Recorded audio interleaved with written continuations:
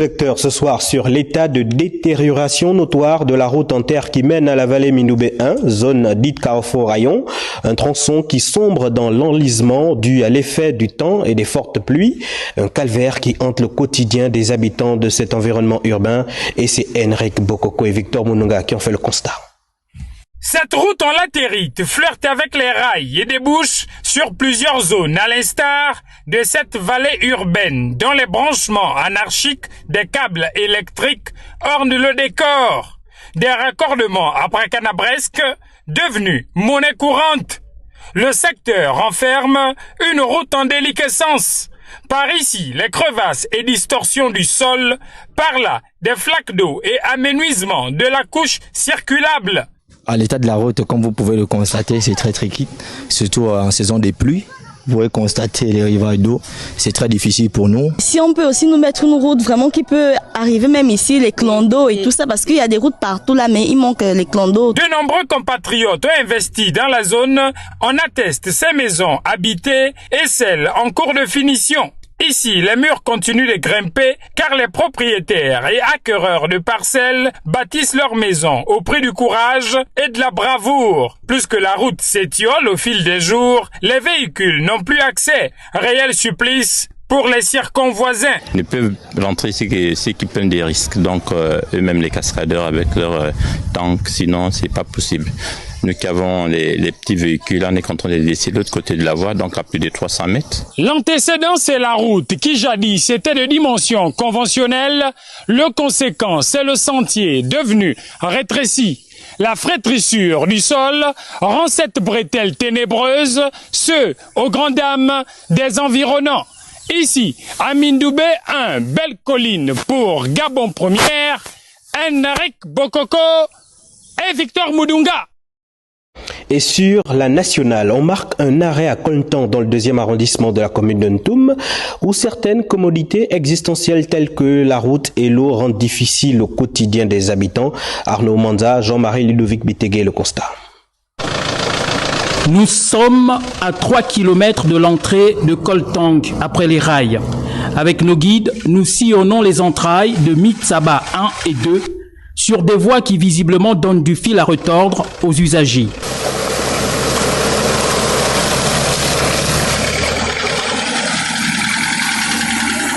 Ces voies de communication d'un autre âge sont le fruit d'une volonté collective des habitants, au même titre que l'électrification de cette zone.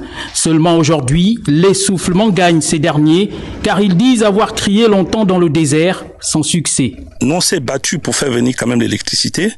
Maintenant, on demande aux autorités de vraiment nous accompagner. Essayons de voir si le gouvernement peut s'appuyer à voir notre situation, surtout la route. À cela se greffe le sempiternel problème d'accès à l'eau potable. Les riverains ont recours aux eaux des puits de fortune, sinon se dotent de cuves pour les plus nantis, à défaut de parcourir plus de 2 km pour s'approvisionner ici. On part d'ici pour aller jusqu'à la grande route avec des bidons pour recueillir de l'eau. C'est un problème majeur. Les compteurs ont été installés depuis la grande route, c'est très loin. Cependant, cette fontaine publique est hors d'usage depuis plusieurs mois. Alerté sur notre excursion, le délégué spécial du 2e arrondissement de la commune de Ntoum arrive au pas de charge, tente d'expliquer le désagrément et promet des éclairages plus plausibles très prochainement. Longue de 70 km, l'axe routier Sam Medoune vient d'être réhabilité grâce au soutien financier de la Banque africaine de développement. Suivant ce reportage signé Arthur Ondondon, Steve Kosimbadinga. 10 mois plus tôt, l'on aurait dit une piste d'éléphants servant de sentier pour véhicules et obstruée par de hautes herbes et d'arbustes, dont les multiples crevasses et bourbiers rendaient quasi impraticable l'axe Sam Medoune. Triste décor jusqu'à l'arrivée du projet d'appui au programme Graines phase 1, émanation du ministère de l'Agriculture, et dont la mission transversale de redynamisation du pan agricole passe par certains préalables, en l'occurrence la réhabilitation de plusieurs infrastructures de base, dont la route. C'était une zone très enclavée où plusieurs producteurs de ce tronçon routier, notamment de la ville de Medoune, n'arrivaient pas à apporter leurs produits au niveau de Minzik, mais aussi à ravitailler les marchés de Libreville. Ultime prospection avant la livraison très prochaine de l'ouvrage, l'ensoleillement quasi fini et le rechargement latérite de cette importante voie de communication sont de réels facteurs de motivation et de progrès social. Le constat que nous faisons, c'est que les travaux avancent. Au niveau de l'ensoleillement, nous sommes déjà jusqu'à Médouneux. Au niveau de la phase de rechargement, pour ce qui est de la première entreprise, elle a évolué sur 17 km 200.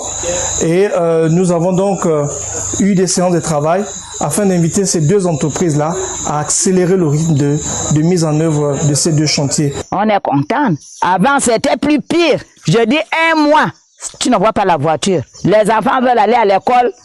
Il faut soulever les bagages à la tête à 35 km. La qualité et le niveau d'avancement des travaux de réhabilitation de la route Sam-Médouneux, fort appréciables, sont les prémices de la réalisation du vaste projet étatique de relancer tout azimut le secteur agricole stratégiquement.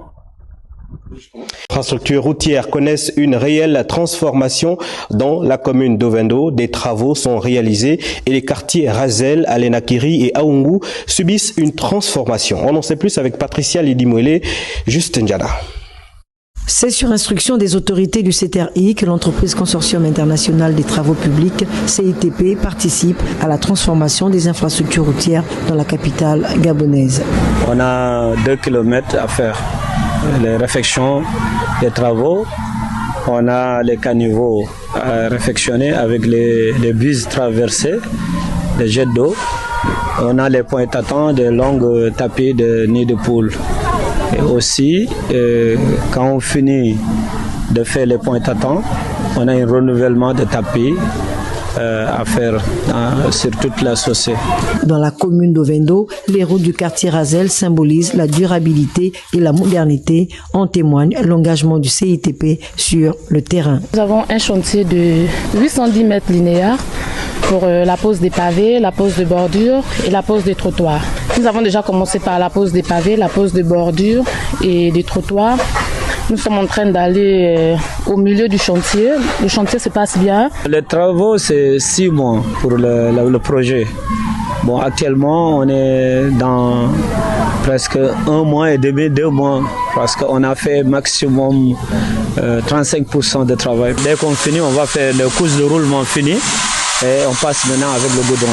Quant aux voiries d'Aoungu, Alenakiri, elles incarnent l'innovation et la vision des plus hautes autorités d'améliorer le cadre de vie des Gabonais. Les riverains sont contents déjà de la route. Il y a ceux qui ne sont pas encore contents par rapport au projet. Le projet, c'est 800 mètres, 10 mètres linéaires, parce que le projet n'est pas jusqu'au bout.